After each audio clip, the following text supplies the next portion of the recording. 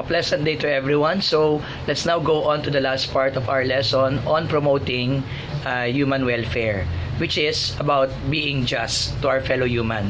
Siyempre mga anak, alam naman natin na importanteng makitungo ng tama at mabuti sa ating kapwa. But of course, para makitungo din tayo tama sa ating kapwa, dapat may elemento rin ng hustisya. Dapat patas, dapat parehas. Otherwise, kung wala yun, yung kindness natin baka mapag-isipan o mabigyan ng mali siya o mapag-isipan ng maling motibo. Okay? So, that's why importante that in promoting human welfare, it's not just about doing good to our fellow humans, but also by being just towards them. Okay? Now, of course, justice is also a moral value. It's a value. However, it's a little bit different in a sense that in determining that value, papasok dito yung prinsipyo ng hustisya or the principles of justice para ma-apply natin yung mismong value ng justice. And again, when we say justice here, we're talking about the way we relate with our human beings in the aspect of distribution and receiving. Kasi syempre may mga binibigay tayo sa kapwa, may tinatanggap din tayo, whether it's tangible or intangible. So in the case of tangible, ito yung pera, 'di ba? So bibigay ka ng pera, magbabayad ka, may ina-expect kang tatanggapin. Lalo sa binigay mong pera o sa pinagtrabahuhan mo. Likewise, meron din ikaw mga tinatawag na intangible na manare-receive or pwedeng ibigay. Halimbawa, you give happiness, and then of course, meron kang dapat matanggap din doon. Pwedeng fulfillment or pwedeng tangible din yung kapalit ng intangible. In short, there's always a process of receiving and distributing sa buhay ng tao, especially in relating to our fellow human. At kailangan maging maayos o maging patas yung distribution and receiving na yon. Okay, kaya papasok yung principles of justice. By the way, there are 3 kinds of justice. Okay, yung distributive justice, which yun nga, sinabi ko na yung perfect example nun is, it has something to do with the fair distribution of positive things like goods, socio-economic thing, pera, privileges, and of course, on the other hand, it's also about the fair distribution ng mga sacrifices, workloads, duties. So parehas, whether workload, sacrifices, or incentives, rewards, benefits, dapat fair ang distribution nun. Okay, at fair din yung marireceive ng mga tao. So yun distributive justice. The second one is retributive justice. Let me repeat that, retributive justice. Meaning to say, mga anak, syempre reality check, hindi naman lahat ng tao talaga pata sa kapwa. May manggugulang, may nanlalamang, meron din nauuto, dahil siguro naging ignorante sa bagay o nagtiwala ng sobra.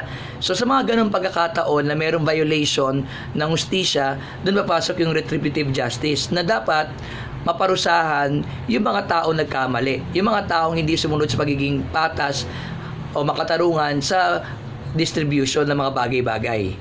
Okay? So when you offended someone, when you commit a crime, of course, there's punishment because of retributive, the kind of justice which is retributive justice. And of course, dun sa taong na biktima o napinsala, hindi naman pwedeng sorry lang, Although that's very important, forgiveness, asking forgiveness, but more than that, may tinatawag na restitution.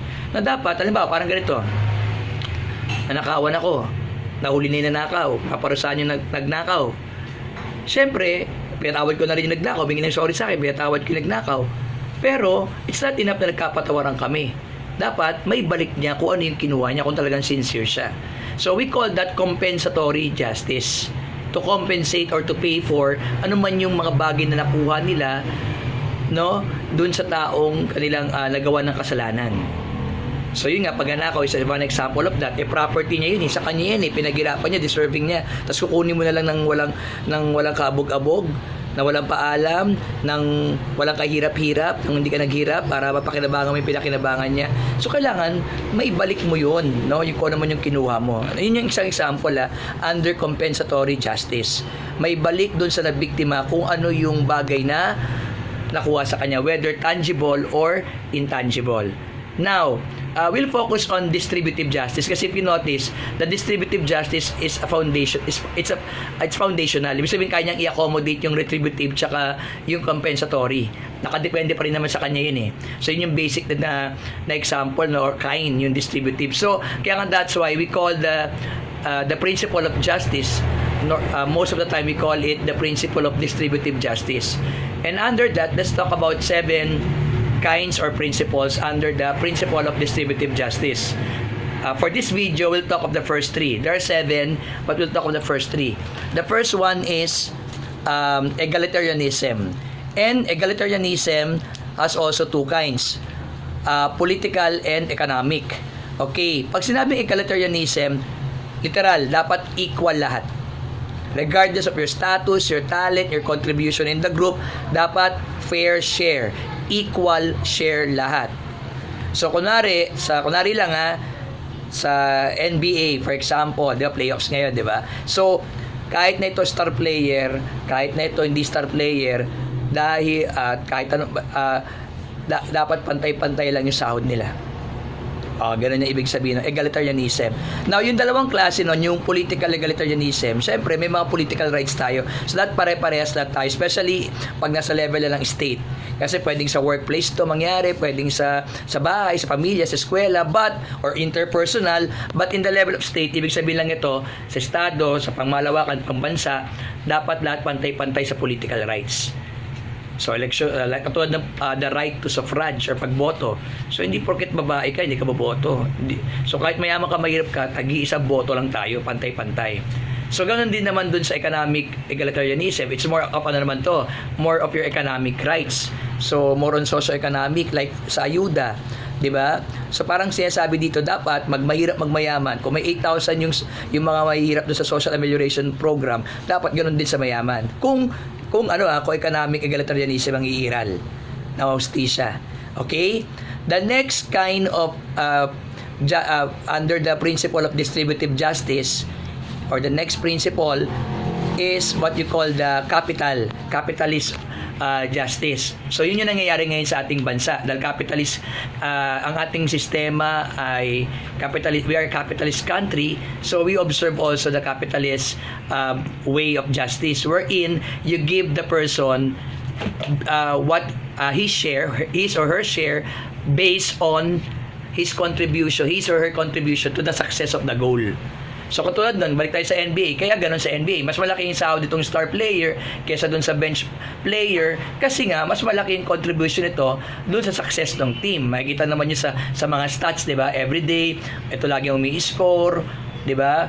Yung leadership niya sa court.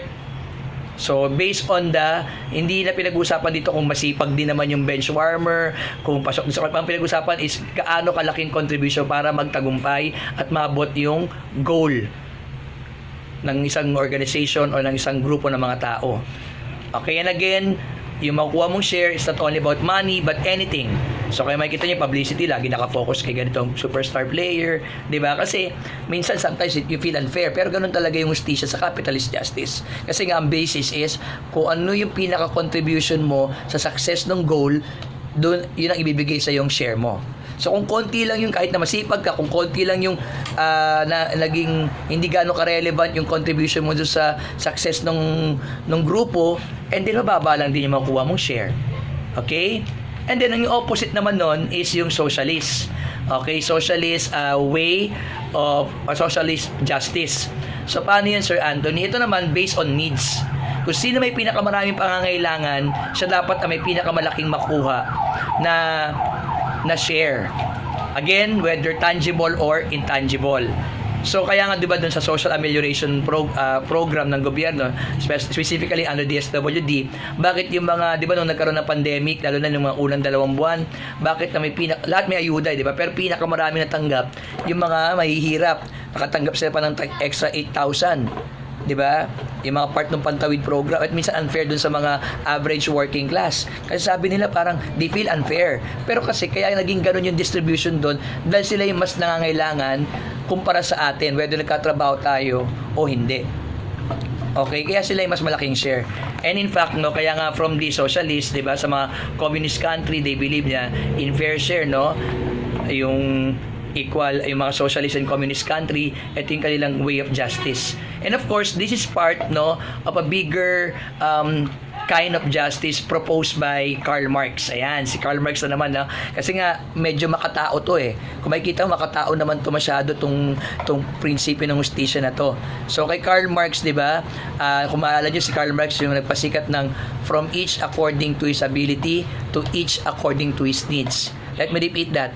From each according to his ability to each according to his needs. So, mas pinalawak pa to ni Karl Marx. Parang ang bottom line ni Karl Marx dito is kung ano yung talent mo, yung potential mo, in relation do sa ginagawa mo, mas malaki dapat yung share mo. Kasi specialty mo yun eh. 'Di ba? Pero para hindi maging unfair dun sa mga hindi magagaling, papasok naman yung isang sinabi niya, to each according to his needs. So, kahit na hindi siya magaling, pero dahil siya naman yung may palaking pangangailangan, ibigay pa rin sa kanya yung malaking share para mabalance yung dalawa. Nabibigyan yung magaling doon na kaya mag-produce ng wealth para sa sarili niya, pati yung hindi magaling sa bagay niya, kung ano man yung field nila, mabibigyan pa rin. Kasi nga, may prinsipyo na kung ano yung pangangailangan, bigyan to. Okay, so yun yung unang tatlong prinsipyo ng Sharia under the distributive justice or principle of distributive justice for this lesson. Okay, we'll go with the next 4 in the next video. So thank you very much.